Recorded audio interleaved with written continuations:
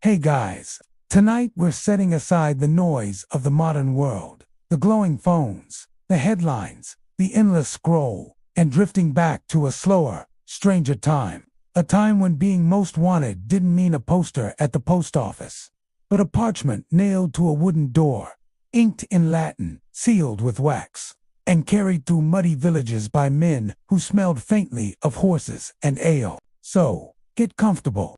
Let your eyes grow heavy as candlelight flickers over stone walls and forgotten scenes. Because in the Middle Ages, the line between a hero and a criminal was paper thin, and most people stepped over it eventually. Let's start in France, in the early 1400s, when one of the richest men in Europe managed to become one of its most hunted. Gilles de Reyes, a knight, a war hero, and, somehow, a monster. Born into luxury, heir to vast lands, and companion of Joan of Arc herself. He fought for God, country, and glory, and then, apparently, decided that wasn't enough. After the wars, Guile retreated to his estates, built lavish castles, and started staging bizarre theatrical productions that made no financial sense whatsoever. He burned through his fortune faster than a monk through confession wine. When the money dried up, things turned darker. Witnesses whispered about missing children, strange alchemical experiments, candles that smelled wrong. It took years before anyone dared to accuse him, but when they did, the floodgates opened. He was arrested, confessed under torture, and hanged in 1440. The irony, he once fought to defend saints, and died as the devil's own poster boy. Across the channel, England had its own brand of outlaw, the kind that didn't live in forests, robbing rich travelers, but slipped into locked treasuries under the shadow of sanctuaries. Richard of Pudlicot was one of those clever idiots who decided the king's money looked better in his own pockets. A wool merchant by trade, he somehow got access to Westminster Abbey's vault. Yes, that Westminster Abbey, and made off with a pile of royal treasure so huge it could have funded a small war. When the theft was discovered, panic hit the royal court like a plague. Investigators were sent crawling through taverns, churches, and even brothels, anywhere a stolen gem might glint. Pudlicot was caught, tried, and executed. His alleged accomplices, monks, no less, mostly escaped, because nothing says holy men of God like fencing stolen rubies behind the altar. Then there were the gangs, not the leather-clad movie kind, but bored country gentry with too many swords and too little supervision. In the 1330s, the Cotero brothers, James, John, and Nicholas, ruled the hills of Derbyshire like petty kings. They robbed judges, burned barns, kidnapped officials, and occasionally bothered to attend church so they'd look respectable. When royal officers came after them, they simply bribed someone higher up or threatened to burn their manor down. Justice, in those days, was basically whoever had the sharper blade and the better lawyer. While the Coterels extorted their neighbors, over in Germany, another kind of noble was causing chaos. Arnold von Wisigem, a knight with an unfortunate taste for highway robbery and violent populism. He styled himself King Armleader, because why just be a criminal when you can crown yourself the monarch of mayhem? Arnold led mobs through Alsace, looting, killing, and claiming divine purpose. It was part religion, part greed, and part pure boredom. The authorities eventually caught up, and in 1336, Arnold lost his head, literally, for crimes that managed to offend both God and Emperor.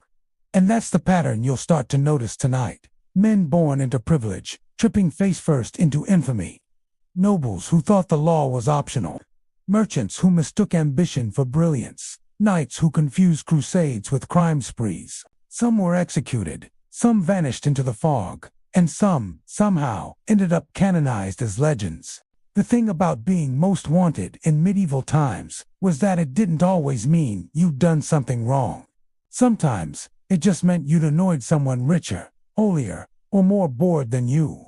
The Middle Ages were basically one long episode of Who Offended the Crown this week, and if your name made that list, congratulations, you were about to become famous, or very dead. Take William Wallace, for example. You've probably heard of him through that wildly inaccurate movie with all the face paint. The real Wallace wasn't a kilt-wearing rebel philosopher. He was a rough, cunning guerrilla fighter who managed to embarrass the English crown more than once. In the 1290s, he led small bands of men against English garrisons, ambushing supply lines and torching fortresses. To Edward I, known affectionately as Longshanks, because medieval people loved a good body-based nickname, Wallace was the ultimate nuisance. A Scottish mosquito with a broadsword, the king declared him an outlaw, meaning anyone could kill him on sight without technically committing murder. That was basically the medieval version of being on every wanted poster in the kingdom.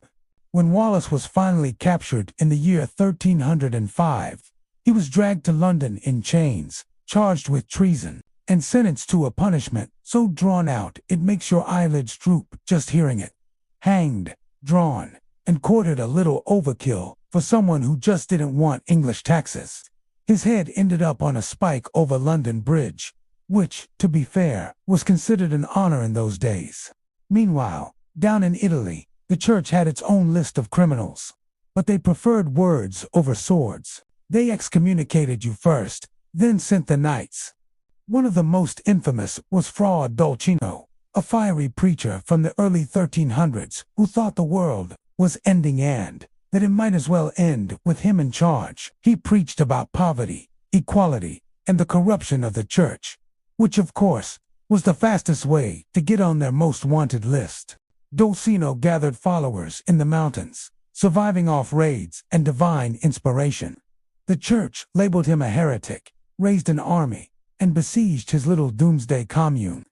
He was captured in the year 1307, tortured, and executed, which, ironically, only made him more famous. Centuries later, people still wrote about him like he was some tragic revolutionary. The medieval church called him evil.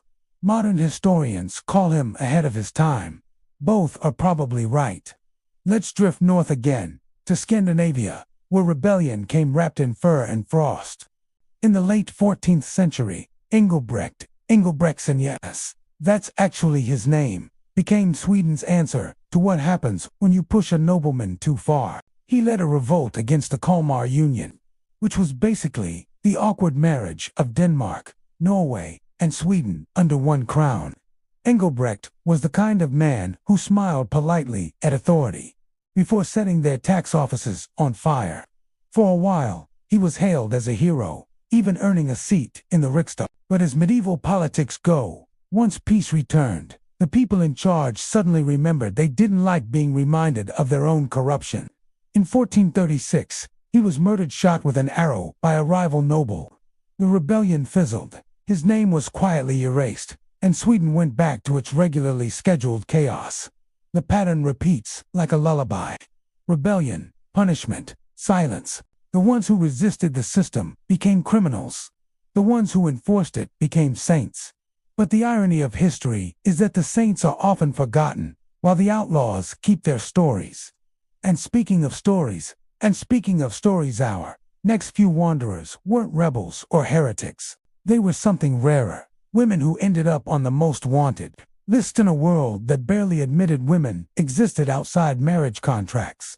Now, medieval Europe wasn't exactly known for letting women make headlines, lest those headlines involved witchcraft, poison, or scandal. Which is why the next few names we'll drift across tonight are rare and oddly captivating. These were women who didn't just defy the system. They made the system so uncomfortable it had to label them criminals. Let's start in Italy again, because, honestly, that's where most medieval drama seems to ferment. In the late 14th century, there was Tofana di Palermo, better known centuries later as the face of whispered murder.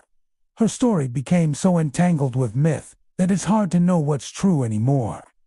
But legend says she created aqua tofana, a colorless, tasteless poison that could kill without a trace. Allegedly, she sold it discreetly to women trapped in abusive marriages.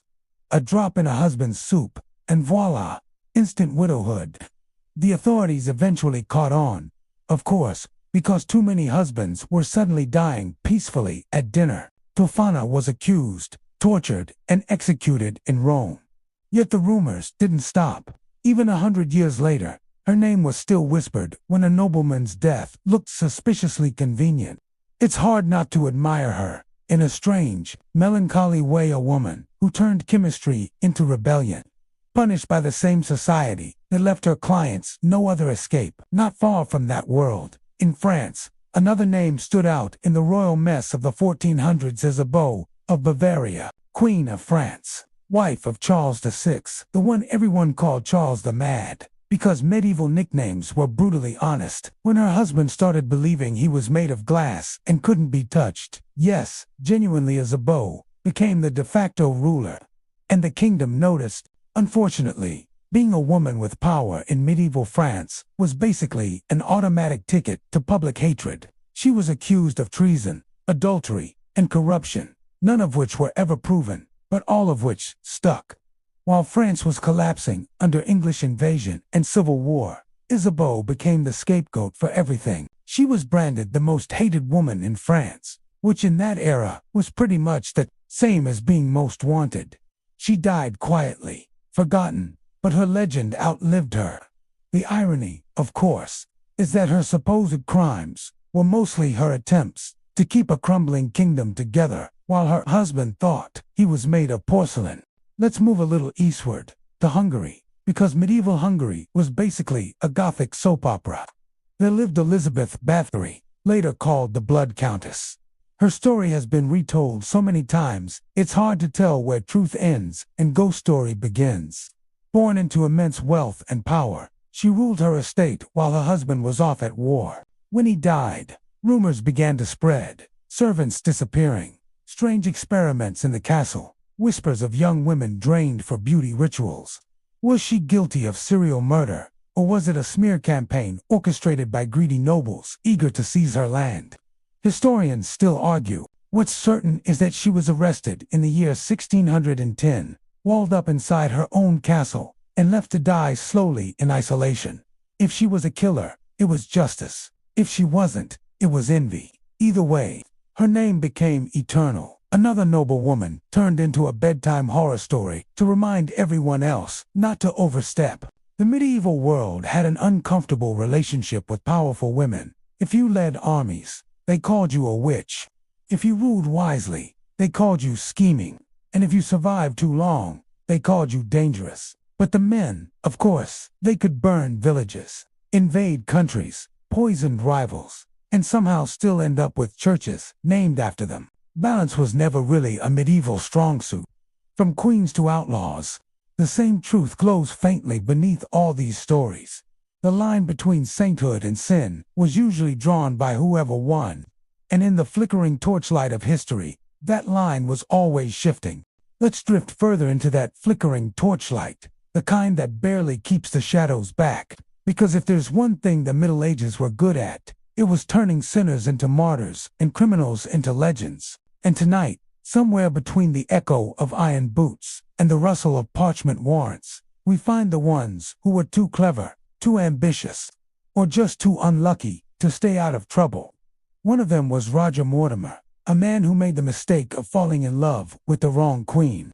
England again, because naturally, the English court produced more scandals than the rest of Europe combined. Mortimer started as a nobleman with all the usual ingredients for success: land, lineage, and a faint sense that the king was an idiot. That king was Edward II, the one more interested in his favorites than in running the country. Mortimer joined the rebellion against him, got captured, escaped from the Tower of London, which was not easy to do without divine intervention, and fled to France. In exile, he met Queen Isabella, Edward's wife. She wasn't just unhappy, she was strategically unhappy.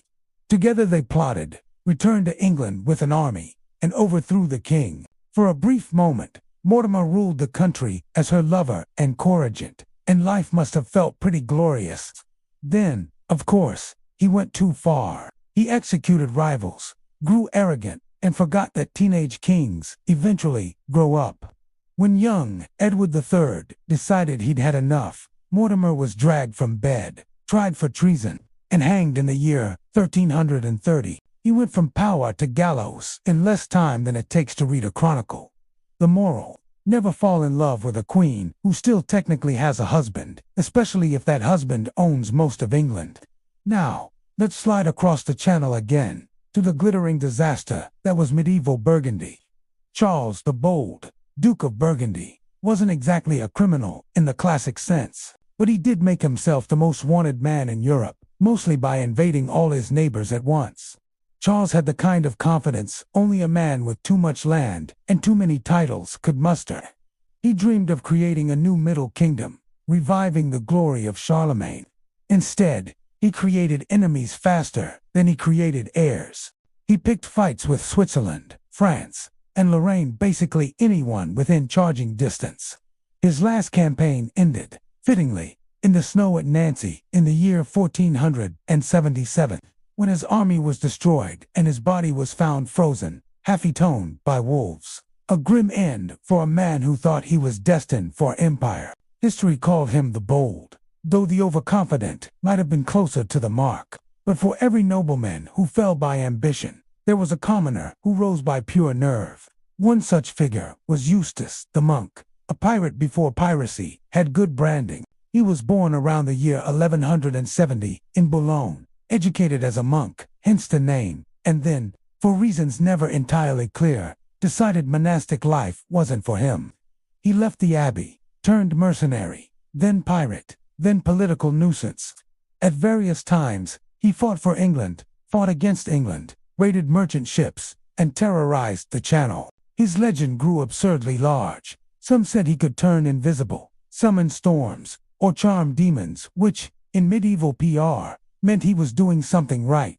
He was finally killed in the year 1217 during a sea battle, his head chopped off and displayed as a warning, a fittingly theatrical end for a man who treated the English Channel like his personal playground. Eustace's story is one of those quiet medieval paradoxes. He broke every law imaginable, but his life sounded so daring that people couldn't quite decide whether to fear him or admire him, and centuries later, they still sang songs about him, because nothing lasts longer than the legend of a criminal who made the law look stupid. The truth is, Most Wanted wasn't always about justice. It was about embarrassment, who had humiliated the crown, who had disrupted the narrative, who refused to stay in their lane. The kings and popes could forgive a lot, but public humiliation, never. And as the centuries turned, one thing remained certain: the people who made the system crack, even a little, were the ones history never stopped talking about. The deeper we drift into medieval Europe, the more it feels like everyone with a pulse was either rebelling, scheming, or running for their life.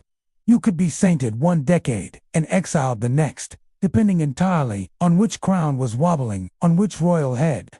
And few stories capture that strange medieval pendulum of glory and ruin better than the saga of Robert the Bruce. Now, yes, technically, Robert was King of Scots, not a fugitive, but before the crown, there was the chaos.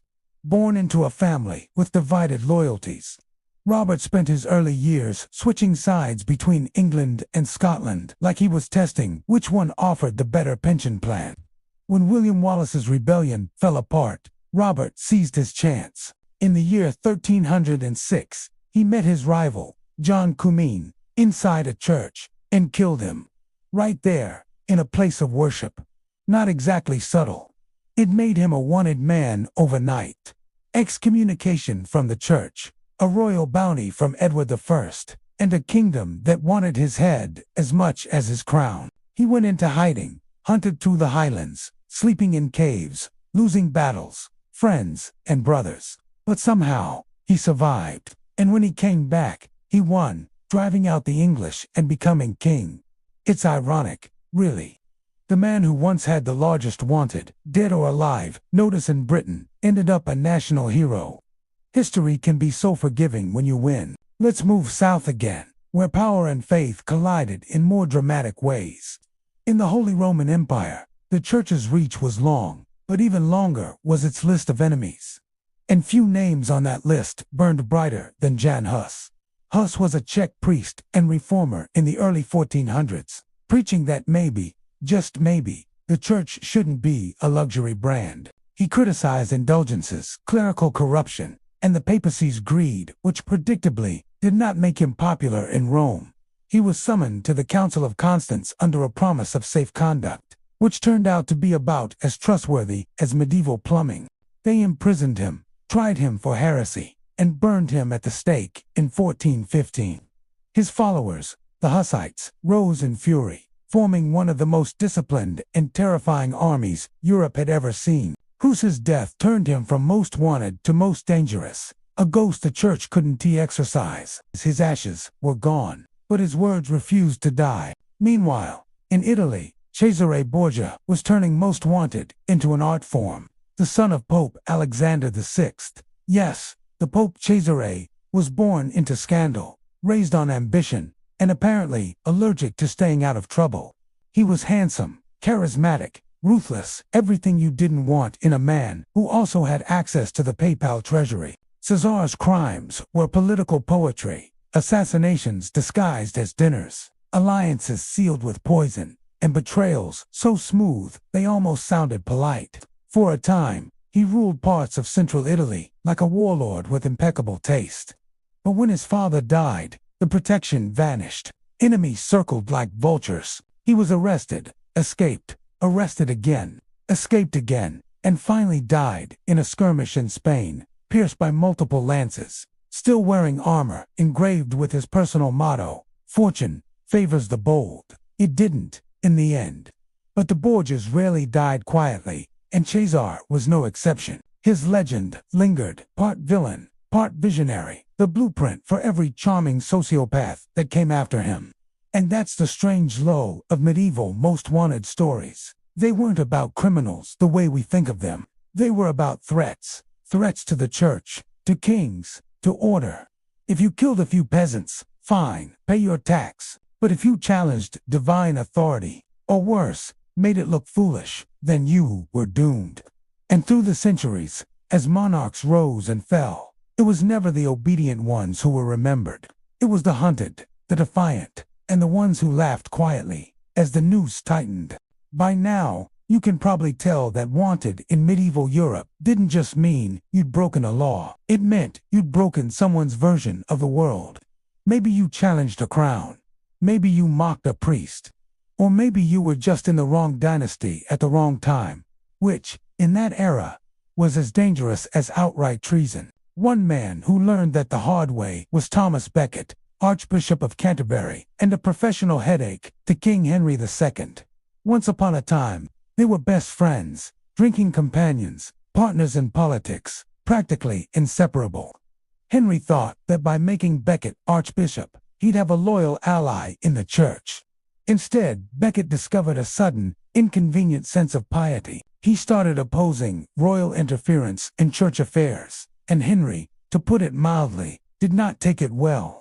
Their feud escalated until, one night, Henry allegedly muttered something like, "Will no one rid me of this troublesome priest?" And, well, 4 knights took that as a royal to-do list. They rode to Canterbury Cathedral, confronted Becket, and killed him right there, in front of the altar. Blood on marble, swords glinting in candlelight. It was the kind of horror that even medieval chroniclers described in whispers. The aftermath was classic irony. Henry's reputation tanked. Becket became a saint, and the man who once ruled England's laws now had to publicly crawl barefoot to his tomb in penance. The most wanted man of that story turned out to be the king himself, wanted, that is, by his own conscience. Now, not every medieval fugitive carried a halo or a crown. Some just carried really bad luck. Hereward the Wake, for instance, was an English noble who refused to accept the Norman conquest. When William the Conqueror arrived in 1066, Hereward decided to skip the surrender part and start his own rebellion. He became the ghost of the Finns, leading guerrilla raids, ambushing Norman patrols, and vanishing into the marshes before anyone could catch him. Chronicles describe him as a mix of outlaw, patriot, and trickster, the medieval answer to Robin Hood before Robin Hood existed. For a few glorious years, he kept the Normans terrified, but like most rebellions, it didn't last. His end is uncertain. Some say he died in battle, others that he escaped into exile. A few romantics insist he lived quietly under a false name. Whatever the truth, his legend spread across the countryside, whispered by peasants who needed to believe that someone, somewhere, had gotten away. And speaking of people who didn't get away, let's float south again to Italy. where exile was practically a national pastime. Florence, around the year 1300. The city was beautiful, powerful, and endlessly at war with itself. It produced artists, philosophers, and one very famous poet named Dante Alighieri. Dante wasn't wanted in the outlaw sense, but he was exiled under threat of execution. Why? Politics. Naturally. Florence was divided between two rival factions, the whites and the blacks. Dante, ever the idealist, picked the wrong side. When the other faction seized power, they confiscated his property and sentenced him to be burned alive if he ever returned. So he wandered, town to town, through patronage and poverty alike, carrying bitterness in his heart and a pen sharper than any sword. Out of that exile came the Divine Comedy, the greatest poetic revenge note in history. He wrote his enemies into hell, literally, and gave himself the last word. Florence never got him back, but he earned something far greater: immortality. There's something almost peaceful about that kind of defiance. Dante didn't raise an army or spill blood. He simply outlived his accusers on paper. The church might have silenced his voice in law, but they couldn't unwrite his words. And that, maybe, was the quietest kind of rebellion in the Middle Ages. Not the sword, but the quill. Some people burned cities, others burned bright enough that their stories never quite went out. Let's drift now into France, land of velvet courts, deep wine cellars, and royal scandals that aged about as well as unrefrigerated milk. One of the most wanted figures in French medieval history wasn't an outlaw or a rebel, but a king's daughter-in-law, Marguerite of Burgundy. Marguerite's story reads like a slow-motion disaster that everyone saw coming but no one stopped. She was married to Louis, the future King Louis X, a man known for his bad temper, poor judgment, and general lack of charm. Marguerite, on the other hand, had wit, beauty, and, unfortunately, a very public affair. Around 1314, someone, probably jealous or opportunistic, revealed that Marguerite and her sisters-in-law were meeting nights in secret at the Tour de Nesle, a Parisian tower. The news exploded. It became known as the Tour de Nesle affair, and it was medieval France's version of a royal reality scandal. King Philip IV, Marguerite's father-in-law, didn't take it lightly. The knights were tortured until they confessed, then executed in truly creative medieval fashion. As for the women, they were imprisoned for life. Marguerite, confined in a damp fortress, probably realized how short-lived royal glamour could be. Some say she died by suffocation on the orders of her husband, who didn't want the inconvenience of a living wife when he became king. That's medieval justice for you: scandal, spectacle, and silence. Meanwhile, across the Channel, England had its own royal mess brewing: Edward II. Ah, yes, Edward, the king, who managed to alienate almost every noble in his kingdom and somehow make everyone think they could do his job better. His biggest problem wasn't just bad governance, it was favoritism. He showered one man, Piers Gaveston, with wealth and titles, while the nobility seethed. Was Gaveston just a friend, a political ally, or something closer? Chroniclers loved to speculate, and the nobles didn't care either way. They just wanted him gone. Eventually, they got their wish. Gaveston was captured and executed by barons tired of being ignored. Edward didn't take it well. He grieved, sulked, and made the fatal mistake of repeating the same pattern with another favorite, Hugh Despenser. This time, his enemies had enough. Queen Isabella, his wife, joined forces with a lover of her own, invaded England, and overthrew him. Edward ended up imprisoned and, eventually, dead under circumstances that history politely refers to as uncomfortable. By then, the line between political betrayal and personal vengeance had completely blurred. Everyone was someone's traitor, and loyalty was just a rumor. But not every wanted person in the medieval world was royal. Some simply had big ideas in small-minded times. Take Jan Hus, a Bohemian priest who dared to suggest that maybe, just maybe, the church was a bit too fond of money and power. He preached reform, inspired followers, and, predictably, earned himself an excommunication. When summoned to defend his beliefs at the Council of Constance in the year 1415, he was promised safe conduct, but the church's version of safe apparently had an asterisk. Huss was arrested, tried for heresy, and burned at the stake. His ashes were scattered in the Rhine, but his ideas survived, spreading like wildfire into what would become the Protestant Reformation a century later. It's funny, in that grim medieval way, how the wanted always end up haunting the world that condemned them. Their names outlive their judges. Their crimes become philosophies. From lovers in towers to kings in chains, from poets in exile to priests in flames, every century had its own fugitives from order. Each of them proved that medieval law was less about right or wrong, and more about who you annoyed on the way up. And the higher you climbed, the harder the fall. Let's wander east now, into the tangled courts and cold fortresses of Central Europe, the kind of place where alliances were sealed with wine and broken by breakfast. Few names capture the medieval mix of brilliance and disaster quite like Vlad III of Wallachia, better known to later centuries as Vlad the Impaler. Now yes, he's the historical seed behind Dracula, but let's strip away the Hollywood drama. The real Vlad wasn't some undead monster. He was a man born into chaos, raised in captivity, and obsessed with control. His father, Vlad II, had sworn loyalty to the Ottoman Empire. But, as with most medieval politics, loyalty was a flexible concept. Vlad grew up as a political hostage, learned how power worked from the inside of someone else's prison, and when he finally clawed his way back to his throne, he ruled with the subtlety of a thunderstorm.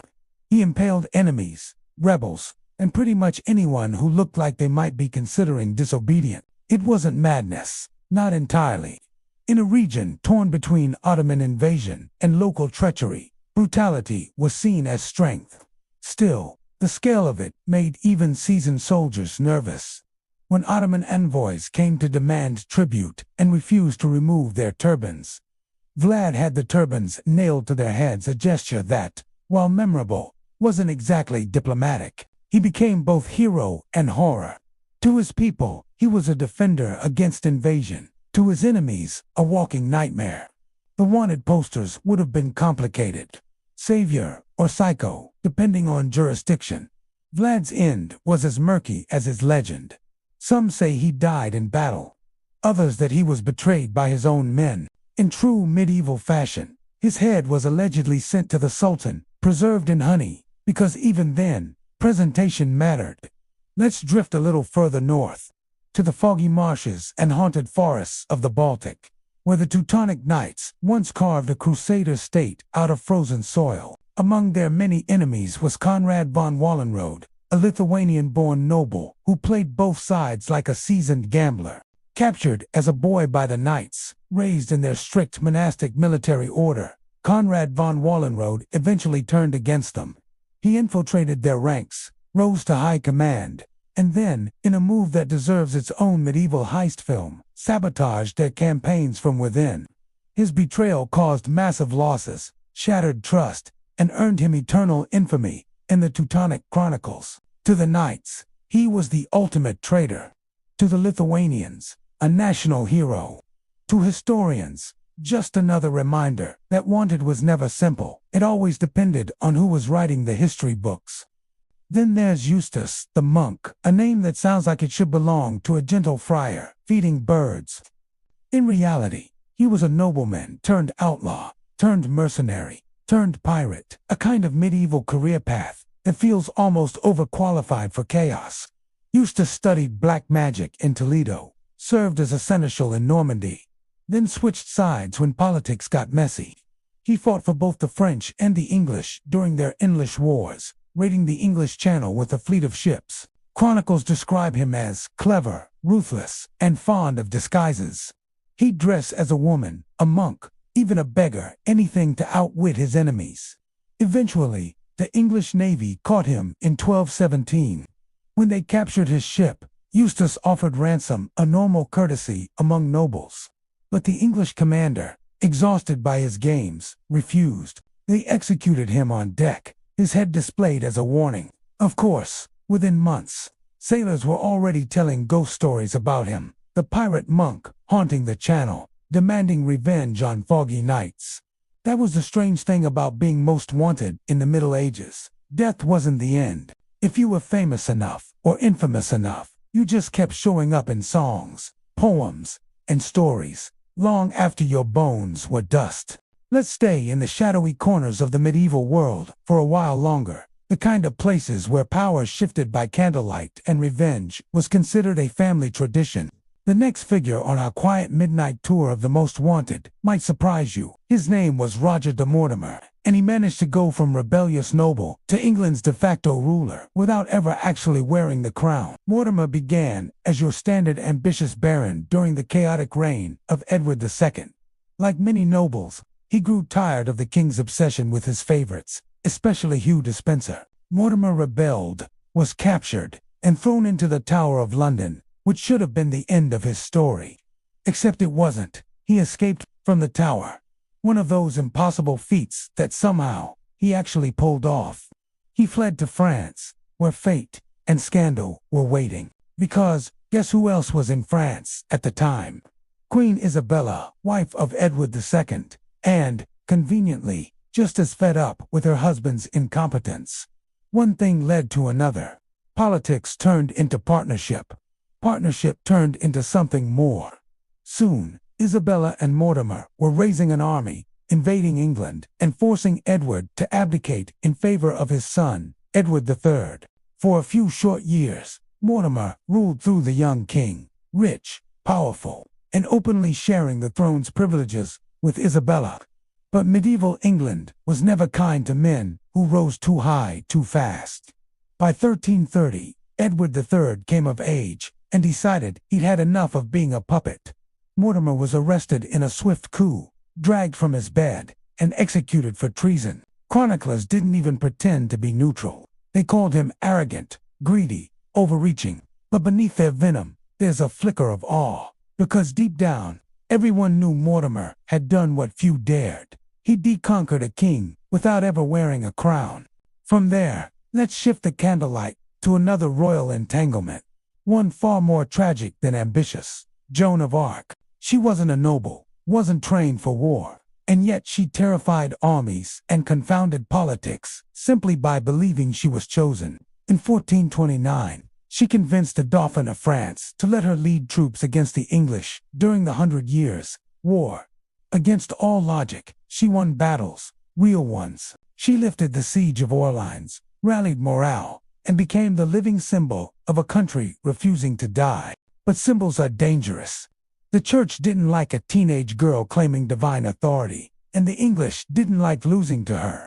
When she was captured by Burgundian allies of England, it was over. They called her a witch, a heretic, a fraud. Her trial was a masterpiece of hypocrisy. Theologians twisting her words into traps. Judges who'd already written the verdict. In 1431, she was burned at the stake in Rouen, praying aloud as the flames rose. She was 19. Her ashes were scattered into the Seine, so no relics could remain. But, as always, that didn't work. Within decades, she was remembered as a martyr. Centuries later, canonized as a saint. The one at which became a holy woman, proof that history's sense of irony never misses. And then, there's William Wallace, the Scottish rebel, whose life later inspired more Hollywood myth than historical record. But even stripped of the legend, the real Wallace was remarkable enough.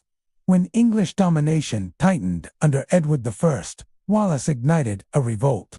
He led ambushes, raids, and battles that terrified the occupiers. His victory at Stirling Bridge in 1297 turned him from outlaw to national hero. For a brief, burning moment, Scotland stood free.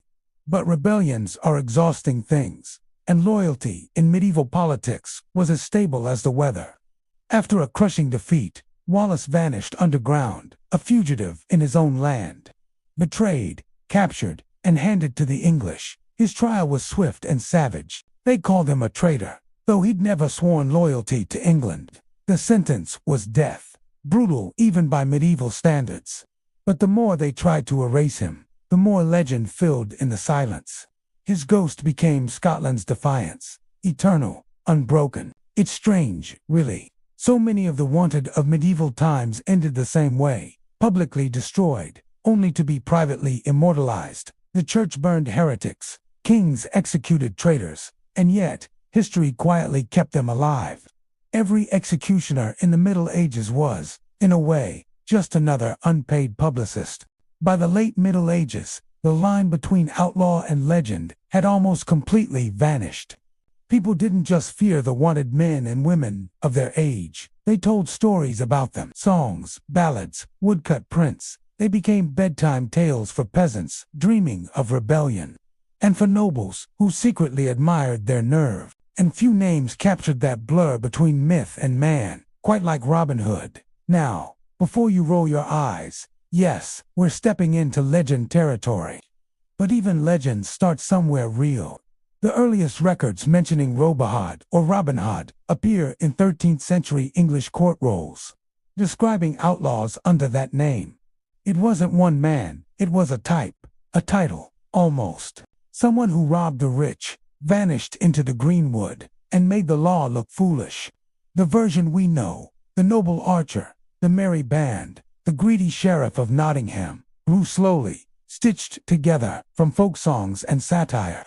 But at its core, Robin Hood represented a truth medieval England knew well.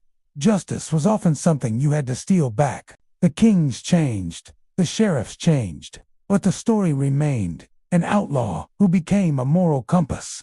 Ironically, the most wanted man in folklore ended up symbolizing fairness itself. Meanwhile, while England was busy turning bandits into heroes, the Mediterranean world had its own brand of outlaw, the corsairs. One of the most notorious was Harridan Barbarossa, the Ottoman admiral and pirate whose beard and temper earned him the name Redbeard. He ruled the sea like it was his personal chessboard. Born to a Greek father and Turkish mother, he and his brother Aruk began as privateers, capturing ships for profit and politics. By the early 1500s, Barbarossa's fleet was powerful enough to challenge entire European navies. Spain, Venice, even the Papal States wanted him dead. His name appeared on wanted lists across the Mediterranean. But here's the twist. He worked for an empire.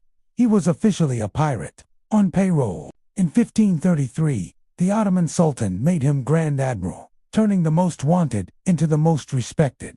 Barbarossa went from outlaw to officer without changing a thing about his methods. He just got better stationery. And that's the medieval pattern again. Legitimacy was never about morality. It was about who signed your paycheck. But perhaps the most quietly infamous wanted man of the later Middle Ages wasn't a pirate or a thief. He was a priest, a scholar.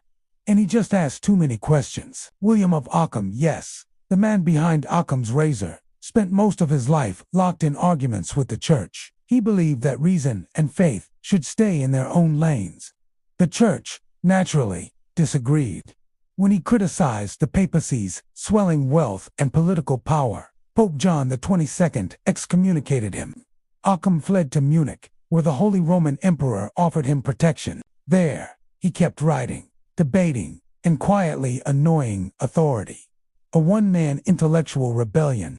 He was wanted for heresy, yet his ideas quietly shaped the birth of modern thought. The irony is elegant. The man the church tried to silence is now remembered for a principle about simplicity. Centuries later, scientists, philosophers, and even programmers quote him daily without realizing they're invoking a medieval fugitive. And then there was Fra Dolcino, an Italian preacher who turned his faith into a revolution. He condemned corruption, preached equality, and built a mountain commune of followers in the rugged valleys of Piedmont. To the peasants, he was a prophet. To the church, a heretic with an army. So they launched a crusade against him. Yes, a literal crusade. Dolcino and his followers held out for years, surviving winters in caves, fighting sieges, living off scraps. But in the end, even mountains couldn't save him. Captured and tortured, Dolcino was burned alive before his followers, another warning fire meant to erase a name. Yet in northern Italy, long after the ashes cooled, people still whispered his story, the prophet of the poor who defied a pope. It seems the most wanted of the Middle Ages shared one unbreakable habit. They refused to die quietly, whether by sword, noose, or flame. They left echoes behind. And in a world where kings rewrote laws and priests rewrote sins, maybe the outlaws were the only ones still telling the truth. By the time the late 1400s rolled around, the medieval world was beginning to crack at the edges. The castles were still there, the cathedrals still loomed, but something was shifting underneath, a quiet rebellion of thought. The wanted people of this last medieval century weren't always waving swords. Some just carried dangerous ideas. One of them was Girolamo Savonarola, a Dominican friar in Florence who somehow managed to make the Renaissance feel guilty for being too fabulous. Picture Florence at the time: gold, silk, perfume, paintings, and politics so tangled they made your head spin. Into this glittering chaos walked Savonarola, barefoot, stern, and loudly unimpressed. He preached against vanity, greed, and corruption. He accused the Pope of moral decay. He convinced ordinary Florentines that the city had become Sodom with better architecture. And for a while, people listened. They burned their mirrors, jewelry, and books of poetry in great bonfires of the vanities. But of course, that kind of fire always turns inward. His sermons became too sharp, too political, and too personal. When he denounced Pope Alexander VI, yes, the Borgia won. It was only a matter of time before the church decided to return the favor. Savonarola was excommunicated, arrested, tortured, and executed in the same square where he'd burned others' possessions. His ashes were thrown into the Arno, as if Florence wanted to forget him completely. But, as always, the city couldn't. To this day, tourists stand on that square, unaware that beneath their feet lies the ghost of a man who tried to purify paradise. Not far from Italy's drama, another kind of outlaw was rising, one less about religion and more about the very structure of power. Enter Cesare Borgia, the Pope's son, and a man who could make ambition look elegant. Cesare wasn't wanted in the usual sense. He was the law for a while, but he also became one of Europe's most feared and hunted men after fortune turned on him. Born to Pope Alexander VI, Cesare was raised in the Vatican's corridors, that strange world of piety, poison, and politics. Handsome, charming, ruthless, he was the blueprint for Machiavelli's The Prince. And for a few years, he was unstoppable, conquering city after city in central Italy, eliminating rivals with surgical precision. But the Papal dynasty's power depended entirely on his father. When Alexander VI died suddenly, Cesare's enemies pounced, stripped of his territories, hunted by the new pope, imprisoned, and later released. He drifted through Europe like a fallen comet. He finally met his end in 1507, ambushed in Spain while serving as a mercenary. His body lay stripped and alone on the battlefield, the man who once ruled a dozen cities, reduced to a corpse in the mud. There's something almost poetic about it, a life built on control, undone by chaos. The church might have called him sinful, history might call him infamous, but Cesare understood his world perfectly. He didn't invent corruption, he just played it better than anyone else. Meanwhile, further north, in the damp castles and candlelit libraries of Germany, another kind of danger was brewing: printing presses. Once upon a time, only monks copied books, and that took years. Then Johannes Gutenberg decided words should move faster. By the mid-15th century, his invention started spreading like wildfire, and suddenly, ideas couldn't be contained. The church realized too late that it wasn't heretics or pirates they needed to fear anymore. It was pamphlets. One page of criticism could now reach 1,000 readers, and you couldn't burn them all. The wanted list was about to expand from people to thoughts. But before that intellectual explosion took full shape, there were still a few old-world figures left, those who clung to power, fear, and prophecy. One such figure was Gilles de Rais, a French nobleman who fought alongside Joan of Arc and ended up on trial for crimes so dark they blurred myth and madness. Once a decorated knight, a national hero, and absurdly wealthy, Gilles fell into a spiral of excess. He staged theatrical performances, dabbled in alchemy, and allegedly committed acts so grotesque that the church and the state joined forces to stop him. Whether all the charges were true or exaggerated by enemies remains debated, but by 1440, he was convicted and executed. The irony was bitter. The same court that praised him as a savior 20 years earlier now called him a devil. Another medieval favorite. Worship one decade, destroy the next. And just as Europe began to crawl out of the Middle Ages, one final name flickered like a candle, refusing to die. Richard III of England, the last Plantagenet king, infamous for allegedly murdering his nephews, the princes in the Tower. Whether he did it or not, we'll never really know. But it didn't matter. His enemies wrote the story before the truth had a chance. When he was defeated at the Battle of Bosworth Field in 1485, his body was paraded naked, thrown in an unmarked grave, and left to be forgotten. Except, he wasn't. Centuries later, his bones were found under a parking lot in Leicester, a reminder that even the most wanted kings eventually turn into dust under modern wheels. And that's where the Middle Ages quietly faded, not with a bang, but with a slow unraveling of faith, power, and myth. The most wanted people of medieval history weren't just criminals or traitors. They were mirrors reflecting every fear, ambition, and contradiction of their time.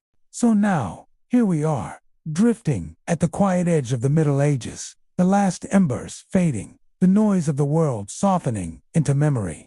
The castles are crumbling, the plagues have passed, the ink on old charters is drying to brown dust, and the most wanted people of this strange, beautiful, violent era, they've all gone quiet too.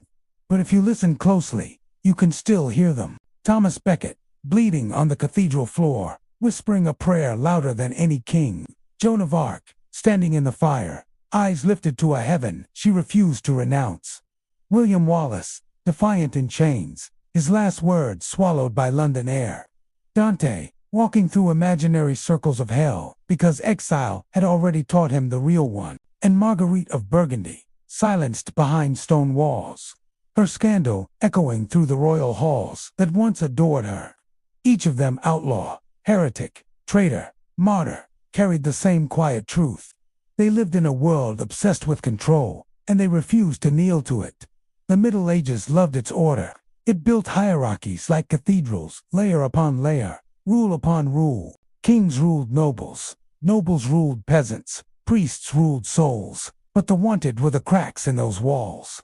They reminded everyone that the system could bleed. Some, like Vlad the Impaler, fought their nightmares by becoming them. Others, like William of Ockham, fought with logic sharp enough to cut through centuries. And then there were the poets, the mystics, the preachers, people who believed too deeply in something that power couldn't measure. They all fell, in one way or another. Every rebellion ended, every flame went out. But that's the quiet trick of history. The ones the world tries hardest to erase somehow leave the deepest marks. Even now, their stories haunt the edges of our maps. Robin Hood still hides in Sherwood Forest, in songs, in whispers, in old movies. Barbarossa's red beard still stirs beneath the waves of the Mediterranean. Dante's verses still guide lost souls through darkness. And somewhere in the imagination of every restless mind, there's a little medieval outlaw refusing to obey the script. If you trace the line forward, the most wanted never really went away. They just changed clothes. The rebels of ink replaced the rebels of steel. Philosophers instead of knights. Scientists instead of soldiers. The same spirit, just with quieter weapons. That's the strange comfort of the Middle Ages. It ended, but it never truly disappeared. The world we know, with its arguments and ideals, its laws and revolutions, was born from those same centuries of defiance. So, as we drift now toward sleep, think of them not as villains or heroes, just people. People who lived when survival was faith, when mistakes meant execution, when ideas were dangerous enough to get you burned. The kings wrote the laws, the church wrote the punishments, but the wanted wrote the future. And now, somewhere beyond the centuries, their ghosts are at rest, not in peace exactly, but in history. The torches are out. The towers are silent. The parchment has turned to dust. But their stories are still awake. So close your eyes, let the echoes fade, and let the Middle Ages sleep again.